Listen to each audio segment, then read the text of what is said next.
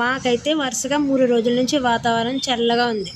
అప్పుడే వర్షం పడుతుంది, అప్పుడే వర్షం ఆగిపోతుంది. ఈ చల్ల వాతావరణానికి మార్నింగ్ చపాతీలు చేసుకుని, ఈ చపాతీలకి కాంబినేషన్గా బంగాళదుంప కర్రీ చేసుకుని తింటే చాలా బాగుంటుంది కదా. మా పిల్లలకు కూడా స్కూల్ హాలిడేస్, అలాగే ఒక పక్కన చపాతీ కర్రీ చేసుకుని, బంగాళదుంప కర్రీ చేసుకుని, చపాతీలు చేసుకుని మా ఫ్యామిలీ మొత్తం కలిసి హ్యాపీగా బ్రేక్ఫాస్ట్ చేసాం.